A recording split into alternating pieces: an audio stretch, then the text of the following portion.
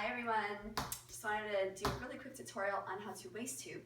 In particular, this is going to be great for people just joining us now that we've progressively already started classes, or a great refresher for those of you who just need a little bit reminder of some of the key points of how to waist hoop. So to start, first of all, one thing that if you're a beginner and you're an adult, one thing you want to think about is your hoop size. Most hoops for people that are just starting out are usually too small. Oftentimes you go to Toys R Us or one of the kids stores and you pick up one of the small kids hoops and then you find it very, very difficult. So the size of the hoop does matter. You want to go for something that's a little bit bigger. Generally you want to measure from the ground to your midsection or higher. I hoop all the time, so this is actually considered pretty good size for me, but most people will probably go with something a little bit bigger, a little bit more weight. So first thing to think about is the alignment of the body. So the first move we're going to do is called pump. So we're starting with one foot in front, any foot that naturally falls forward. Really importantly in pump that we square our hips. So the hips are going to face the same direction as the foot, right? Not twisted in either direction. So aligning up with the foot in front. In pump, we move in two contact points, the front point and the back point. So it looks like this. So pumping front to back, keeping the hips straight.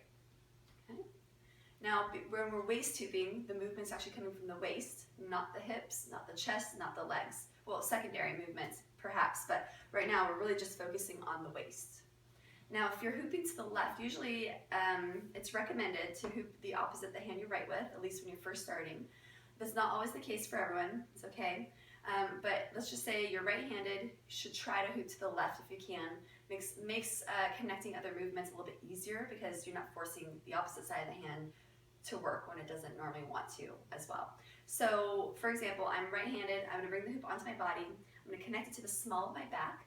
So again, if I'm waist hooping, I'm not going to start here, and I'm not going to start here, right? I'm going to start at the small of my back. It's like this, okay? I'm going to give it a nice big twist, so from the right and then releasing to the left.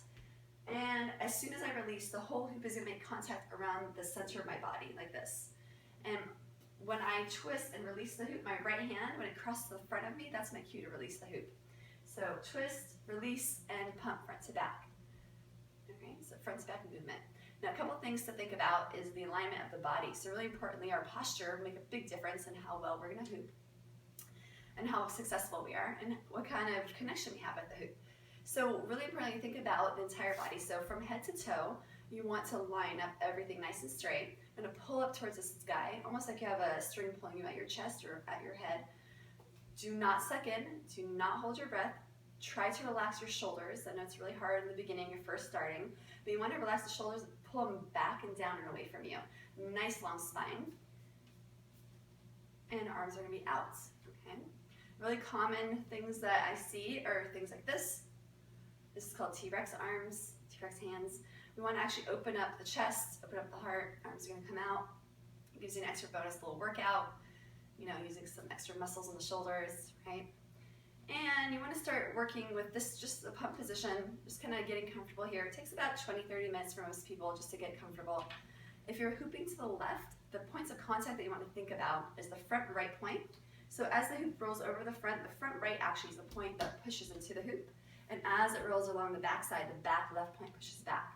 So it's a front right, back left, front right, back left.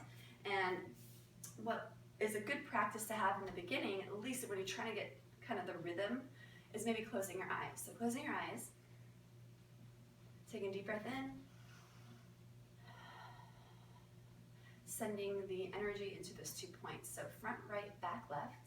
Now if you're hooping the opposite direction, let's say to the right, it's going to be, so same principles apply, right? The spine is nice and straight, shoulders are back and down, nice active core, forgot to mention that. Really important to activate your core, tight abdominal muscles. But this time the points of contact are going to be the front left point and the back right point. So again, as the hoop crosses the front left, that's your cue to push. As it crosses over the back right, your cue to push back into the hoop. All right, so that's pump.